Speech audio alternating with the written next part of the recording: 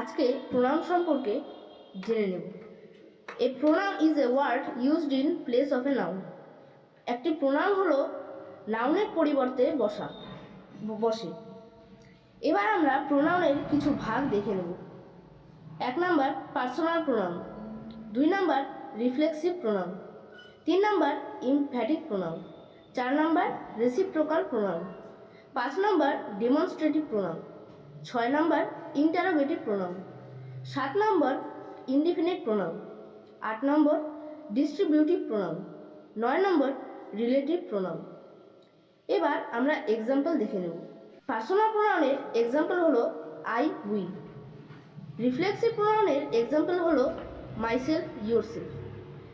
ইমপ্যাটিক প্রোনাউনের এক্সাম্পল হলো myself. Reciprocal প্রোনাউনের এক্সাম্পল হলো ইচ আদার, অন অ্যানাদার।